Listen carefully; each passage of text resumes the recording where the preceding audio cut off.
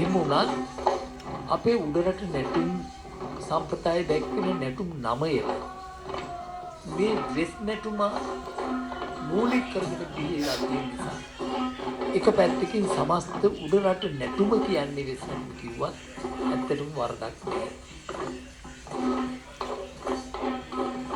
මේ පළමු වෙස් පෙළ සදාතුක කරුණුන් වහන්සේ වැඩම කරවීමට పూర్වයෙන් ගමන් කරන්නේ ඒ නියෝජනය කරනවා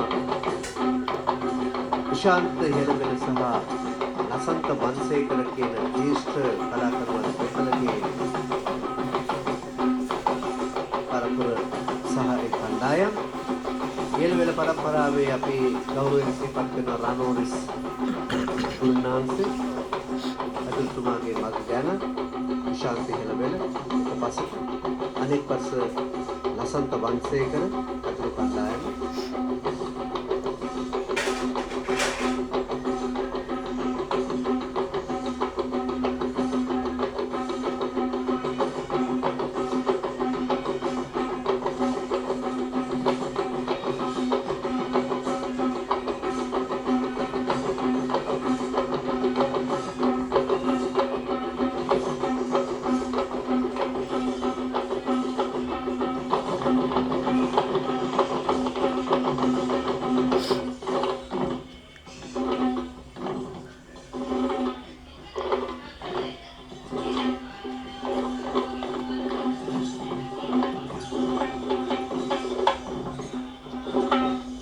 මේ කණ්ඩායම් දෙක සංයුතියත් එක්ක අපේ සාකච්ඡා කළ යුතුයි.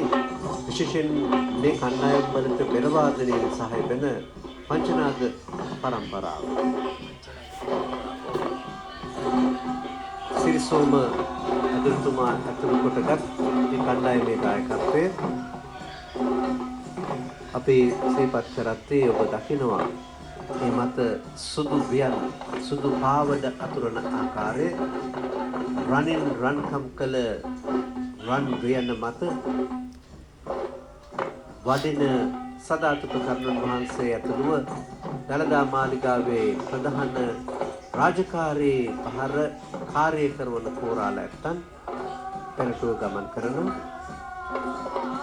සෙමෙන් සංසුන් ගමනින් යුතුව මංගල හස්ත රාජා දෑලේ ඇතුන් සමග ගමන් කරද්දී අපට සිහිපත් වෙනවා ශ්වේත පාවඩ මගදිග අතුලනා අසනීය මල් ඉස දෙවියෝ නමදිනා සඳදියේ කිමිද ඇත් රජු වඩිනා උතුම් දළදාව බුදුරැස් විහිදන්නා කොතරම් අභිමානයක් අපට දැනෙනවාද?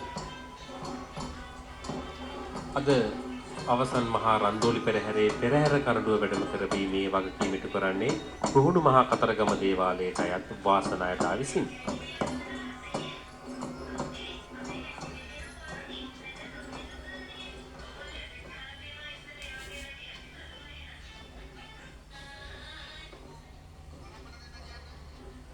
වාසනායතාට අද දෑලේ ගමන් කරනවා ශ්‍රී දළදා මාලිගාවේ අධිපතියට අයත් සිංහරාජා සහ පුලතිසි රාජා යන ඇතුන් දෙදෙනා. මහා රන්දෝලිය දවස තමයි මේ ජාතියෙහි ගෞරවාන්විත රාත්‍රය.